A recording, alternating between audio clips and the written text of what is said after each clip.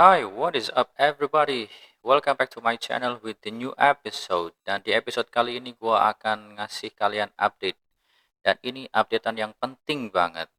Jadi tetap stay tune dari awal sampai akhir. Jangan sampai kalian miss beberapa informasi yang akan gua sampaikan. Okay? Before that, gua selalu menekankan bahwa I'm not financial advisor and this video is not for financial advice. Jadi kalian harus tetap Dior ya, or do your own research karena Dior itu penting. Jadi teman-teman, untuk informasi kali ini datang dari Luffy. Dan mungkin kalian para holdernya Luffy pun juga udah tahu ada berita besar akhir-akhir ini yang nantinya dalam waktu dekat Luffy akan bermigrasi. Dan dalam migrasi ini tidak tanggung-tanggung cuy. Jadi token yang tergabung di One Alliance pun juga akan bergabung di migrasi ini. Jadi dikatakan di sini, we are pleased to announce that the One Alliance tokens are migrating together. 4 developers atau 4 developers, one team, one goal. Jadi kalau kalian sempat ngelihat video gue sebelumnya tentang Luffy, gue sempat menyinggung tentang One Alliance. Nah, One Alliance ini mempunyai 4 official member, yaitu ada Deku Inu, ada Luffy, ada Goku Inu, ada Chopper Inu. Jadi untuk kali ini migrasinya 4 token ini akan bergabung menjadi satu. Jadi developer dari Deku Inu, Goku Inu, Chopper Inu pun juga akan bergabung menjadi satu di token baru ini, yaitu Luffy. Artinya memang ini semua nanti akan bergabung, namun token barunya ini dengan smart contract yang baru tetap dengan nama Luffy. Artinya memang dari Deku, Goku, Chopper itu mereka bergabung ke timnya Luffy. Intinya seperti itu. Kita langsung baca aja ya, merger announcement-nya atau pengumuman penggabungan ini. Dikatakan di sini, member of One Alliance, Chopper, Goku, Deku, dan Luffy versi pertama, itu nanti akan digabungkan menjadi Luffy V2 ya dalam jangka waktu 1-2 minggu ke depan. Kemudian nextnya, memberikan sesuatu yang aman kepada investor tentang misalkan tools yang modern, kemudian DeFi platforms yang advance, ada educations, ada play to earn gaming juga, dan metaverse. Tanpa ketinggalan pun juga ada world class NFTs. Lanjut. Jadi ini penggabungan ini developernya juga ikut bergabung pun juga nanti holder-holdernya pun juga akan bergabung seperti itu. Jadi ini ada penggabungan 4 anime token. Ya kalau kita bisa bilang fusion lah ya bahasa animenya ya kan. Lanjut. Jadi tetap kalian harus memantau juga sosial medianya khususnya untuk Luffy karena nanti Luffy akan menjadi mainnya di sini. Jadi untuk kalian para holdernya Deku misalkan, kemudian Goku, Chopper, kalian harus tetap ikutin informasinya secara detail ya karena dalam 1-2 minggu ke depan dari tanggal announcement ini nanti akan diadakan migrasi. Jadi kalian jangan sampai ketinggal, oke? Okay? Itu sih saran gua. Di tanggal 21 Februari kemarin, Luffy Token Official yang mana live AMA itu diadakan dan di situ langsung dipegang oleh the CEO of Luffy Token yaitu Terry. Kalau misalkan kalian mau mendengarkan, silahkan. Di situ udah dijelaskan lumayan detail mengenai rencana migrasi ini oleh Terry dan ada sekitar 50 menitan live AMA itu diadakan.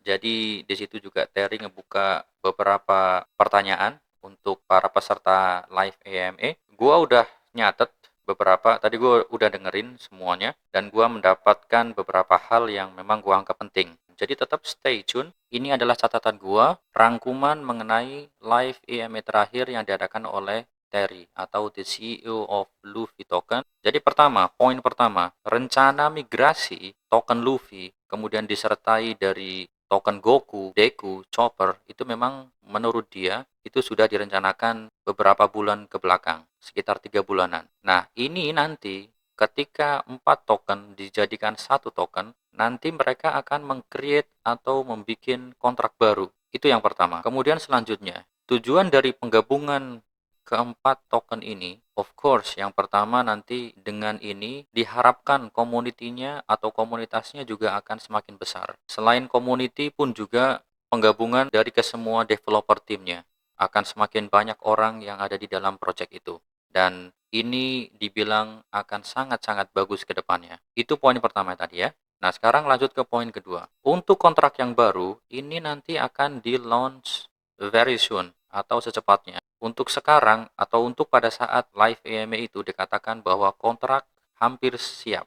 Nah, tentunya nanti juga akan diaudit oleh Certik pula. Kedepannya, pada saat migrasi ini pun juga nanti akan ada staking option tentunya. Kemudian dikatakan bahwa untuk kontrak yang baru ini diklaim bahwa gas fee-nya akan sangat-sangat jauh lebih rendah daripada ketika dibandingkan dengan gas fee sekarang untuk Luffy token. Karena menurut Terry, gas fee nanti untuk new contract atau kontrak baru itu akan sekitar more or less $40 per transactions. Yang mana untuk sekarang Luffy token gas fee-nya itu sekitar 100 sampai $150 per transaction. Nah, selanjutnya untuk kedepannya nanti pun juga akan diadakan staking option. Kemudian juga ada weekend event. Misalkan pada saat weekend nanti akan dibikin zero taxes untuk setiap transaction jual beli. Kemudian akan diadakan reward tambahan. Kedepannya seperti itu ya dengan kontrak yang baru ini. Itu 2 poin yang memang disampaikan di awal oleh Terry atau the CEO of Luffy ya. Kemudian kita akan lanjut ke sesi tanya jawab. Ada beberapa catatan yang gua ambil dari pertanyaan-pertanyaan yang memang menarik menurut gua. Dan langsung saja kita ke pertanyaan nomor pertama ya. Dan ini langsung gua sampaikan poinnya. Untuk kontrak baru ini nanti akan available di Uniswap. Dan juga untuk kontrak baru nanti akan di list centralized exchanges. Exchange-exchange yang memang sekarang ngelist Luffy nanti juga otomatis langsung akan ada di sana, akan di list di sana. Keuntungan dari migrasi ini yang pertama adalah karena ini adalah penggabungan dari 4 project menjadi satu project, of course holdernya nanti pun juga akan semakin besar. Dan ini nanti dimungkinkan dengan adanya jumlah holder yang besar, nanti akan ada possibility untuk di list di exchange yang lebih besar daripada yang sekarang. Karena menurut Terry, selama ini problem dari Luffy untuk di list di exchange yang lebih besar itu karena salah satunya adalah jumlah holdernya. Jadi dengan jumlah holder nanti yang bertambah, otomatis akan mengurangi masalah yang ini. Kemudian kontrak yang baru ini juga of course nanti akan ada di kuartal ketiga, yaitu nanti akan diadakannya contoh Anime Mask, Anime Swap, dan blockchain mereka. Semua akan ada di sana. Kemudian ke pertanyaan yang kedua. Ini pertanyaan yang ditanyakan mengenai misalkan contoh, kalian punya token Chopper atau Deku atau Goku ya, di exchange atau centralized exchange. Apa yang harus dilakukan dengan adanya migrasi ini? Jadi menurut Terry, kalau misalkan kalian purchase atau kalian beli di centralized exchange, misalkan Hotbit, Lbank, itu tidak perlu untuk melakukan apa-apa. Karena Terry mengatakan bahwa ketika nanti kontrak kasihkan ke mereka, otomatis pihak exchange-nya sendiri yang akan beradaptasi, yang akan melakukan migrasi ini dari pihak mereka. Jadi untuk para holdernya di exchange itu tidak melakukan apa-apa karena nanti akan otomatis. Nah, kemudian kalau misalkan para holdernya yang membeli di decentralized exchange, jadi saran dari Terry untuk waktu sekarang pun juga jangan melakukan apa-apa dulu. Karena nanti ketika waktu migrasi sudah dekat, nanti akan disampaikan fixnya harus seperti apa. Apakah harus swap ke new contract yang baru atau nanti otomatis atau bagaimana. Kalaupun memang harus swapping ke new contract yang nanti dirilis, menurut dia pun akan ada kemungkinan bahwa gas fee-nya nanti akan ditanggung oleh mereka, para developer. Itu pertanyaan yang kedua, dan menurut gue ini juga sangat penting.